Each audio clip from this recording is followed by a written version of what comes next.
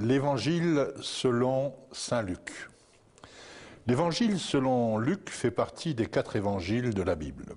Il est écrit par un non-juif pour des non-juifs. Rédigé entre 62 et 65 de notre ère, à Rome, ce rapport de journaliste est destiné à l'information d'un monsieur qu'il appelle Théophile, dont la personnalité demeure inconnue pour nous. Le premier évangile, celui de Matthieu, un ex-collecteur d'impôts, devenu apôtre de Jésus-Christ, est rédigé pour des Juifs. Jésus est le roi qui devait venir et qu'avaient annoncé les prophètes. Tel est le message de Matthieu. Le second est celui de Marc. Marc n'est pas un apôtre de Jésus-Christ, c'est le secrétaire de Pierre et l'ancien collaborateur de Paul. Cet évangile porte surtout sur les œuvres de Jésus. Dès le premier verset, il écrit que Jésus-Christ est le Fils de Dieu. Et sur la fin de son ouvrage, un centurion romain au pied de la croix s'exclame « Cet homme était vraiment le Fils de Dieu ». Les œuvres de Jésus authentifient sa divinité. Ce livre ne rapporte pas moins de 18 miracles. Il a été écrit, disent les spécialistes, à Rome entre 63 et 68 de notre ère. Il porte la marque de témoins oculaires. Il ne fait pas de doute que Pierre ait été un des inspirateurs principaux de cet évangile. Le 4e a été écrit par Jean, le disciple, l'ami proche de Jésus, à Éphèse, en Turquie actuelle, vers la fin du 1er siècle. Près de 70 ans après la crucifixion du Fils de Dieu, des ouvrages sérieux circulent sur la vie de Jésus et Jean ne s'adaptent pas à faire un évangile supplémentaire. Dans son travail, Jean fait preuve d'originalité. Jésus y donne des paroles exceptionnelles, voire nouvelles. Et à la fin de son évangile, Jean écrit « Jésus a accompli sous les yeux de ses disciples encore beaucoup d'autres signes miraculeux qui n'ont pas été rapportés dans ce livre. Mais ce qui s'y trouve a été écrit pour que vous croyiez que Jésus est le Christ, le Fils de Dieu, et qu'en croyant, vous possédiez la vie en son nom. » C'est dans l'évangile de Jean, chapitre 20, verset 31. Voilà un tableau rapide qui devrait nous permettre de situer la place de l'évangile de Luc que nous allons survoler pendant quelques émissions. Luc est médecin de culture grecque, collaborateur de Paul qui l'accompagna jusqu'à Rome. Son œuvre est journalistique, il remonte à la source des infos pour apporter ce qui est le plus vrai, le plus juste, le plus pointu à son ami Théophile. Il fera ce même travail pour le livre des Actes des Apôtres, qui est le second volet de ses travaux de recherche. Donc, nous allons commencer cet évangile de Luc par le commencement, bien entendu, l'introduction. Plusieurs personnes ont entrepris de composer un récit des événements qui se sont passés parmi nous, d'après les rapports de ceux qui ont été les témoins oculaires depuis le début et qui sont devenus des serviteurs de la parole de Dieu. J'ai donc décidé à mon tour de m'informer soigneusement sur tout ce qui est arrivé depuis le commencement et de te l'exposer par écrit de manière suivie, très honorable Théophile. Ainsi, tu pourras reconnaître l'entière véracité des enseignements que tu as reçus. 30 ans environ ont passé depuis le départ de Jésus dans la gloire de son Père céleste. Théophile, qui aime Dieu, c'est ce que signifie son nom, a été initié à la religion chrétienne. Des écrits ont circulé, des hommes éminents l'ont enseigné, et cependant, devant la multiplicité des infos, Théophile reste sur sa faim. C'est probablement en discutant avec Luc que l'idée est venue de faire une enquête.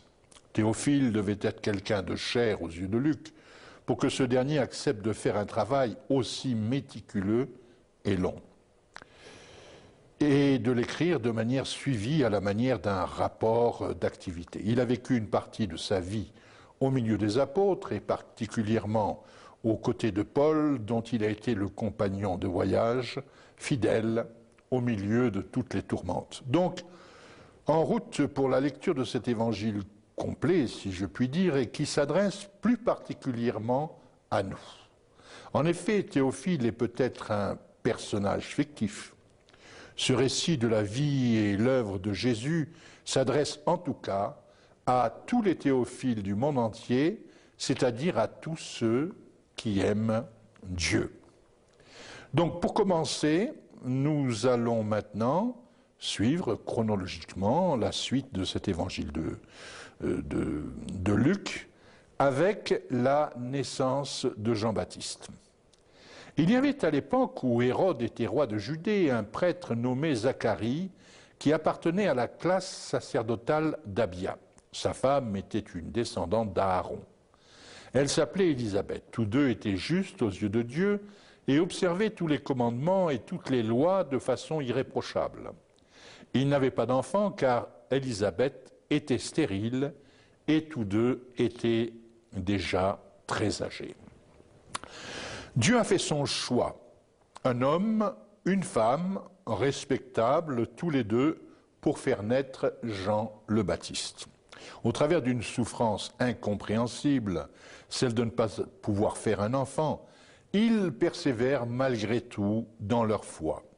Ils n'espèrent plus, l'âge ayant fait ses outrages, et se retrouvent dans une espèce de sérénité de fin de vie, l'âme presque tranquille. On a été fidèle au Seigneur, pourrait dire Zacharie à Élisabeth. Pour l'enfant, Dieu sait toutes choses, gloire à son nom. Mais voilà, Dieu avait un plan, une idée magnifique. Il a choisi 2 de ses fidèles serviteurs pour faire naître celui qui devait préparer le chemin du Seigneur. Toute chose concourt au bien de ceux qui aiment Dieu, écrira Paul longtemps après. Donc je reviens maintenant à la lecture. Un jour, Zacharie assurait son service devant Dieu. C'était le tour de sa classe sacerdotale. Suivant la coutume des prêtres, il avait été désigné par le sort pour entrer dans le sanctuaire du Seigneur et y offrir l'encens. À l'heure de l'offrande des parfums, toute la multitude du peuple se tenait en prière à l'extérieur. Tout à coup, un ange du Seigneur lui apparut, debout à droite de l'autel des parfums. Quand Zacharie le vit, il en fut bouleversé et la peur s'empara de lui. Mais l'ange lui dit, « N'aie pas peur, Zacharie, car Dieu a entendu ta prière. Ta femme Élisabeth te donnera un fils. Tu l'appelleras Jean. Il sera pour toi le sujet d'une très grande joie, et beaucoup de gens se réjouiront de sa naissance. Il sera grand aux yeux du Seigneur, il ne boira ni vin, ni boisson alcoolisée. Il sera rempli de l'Esprit Saint dès le sein maternel. Il ramènera beaucoup d'Israélites au Seigneur leur Dieu. Il accomplira sa mission sous le regard de Dieu avec l'esprit et la puissance d'Élie pour réconcilier les pères avec leurs enfants, pour amener ceux qui sont désobéissants à penser comme des hommes justes et former ainsi un peuple prêt pour le Seigneur. Zacharie demanda à l'ange, « À quoi le reconnaîtrai-je, car je suis moi-même déjà vieux et ma femme très âgée ?» L'ange lui répondit, « Je suis Gabriel, je me tiens devant Dieu qui m'a envoyé pour te parler et t'annoncer cette nouvelle. Alors voici, tu vas devenir muet et tu seras incapable de parler jusqu'au jour où ce que je viens de t'annoncer se réalisera. Il en sera ainsi parce que tu n'as pas cru mes paroles qui s'accompliront au temps prévu. » Pendant ce temps, la foule attendait Zacharie. Elle s'étonnait de le voir s'attarder dans le sanctuaire. Lorsqu'il sortit enfin, il était incapable de parler aux personnes rassemblées. Elles comprirent alors qu'il avait eu une vision dans le sanctuaire. Quant à lui, il leur faisait des signes, mais il restait muet. Lorsqu'il eut terminé son temps de service, il retourna chez lui. Quelque temps après, sa femme Élisabeth devint enceinte, et pendant 5 mois, elle se tint cachée, et elle se disait, « C'est l'œuvre du Seigneur, il a jeté maintenant un regard favorable sur moi et effacé ma honte aux yeux de tous. Il n'y aurait pas grand-chose à dire sur ce passage, sinon que Dieu est capable de faire des miracles et que Luc nous décrit de façon détaillée cette naissance inattendue, comment elle a pu se produire. On trouve tout au long de la Bible des cas semblables. Des parents font une prière depuis longtemps pour avoir un enfant. La prière ne semble pas toucher le cœur de Dieu. Les parents commencent à se faire une raison et on arrive à désespérer d'être un jour exaucé. Un jour, un ange apparaît, dit que la prière a été entendue, annonce un beau destin au garçon qui va naître. Bon, c'est bien tout ça, mais rien de spécial à signaler. Y a-t-il quelque chose d'étonnant de la part de l'Éternel? Lorsque Sarah, la femme d'Abraham, reçoit l'annonce d'une maternité, elle réagit de la même façon que Zacharie et l'Éternel lui répond. Y a-t-il quoi que ce soit de trop extraordinaire pour l'Éternel? Alors, mes amis, à la lecture de ces quelques débuts de l'évangile de Luc, nous pouvons retirer une leçon. C'est que rien n'est impossible à Dieu. Ou on peut le dire d'une autre façon, tout est possible à Dieu.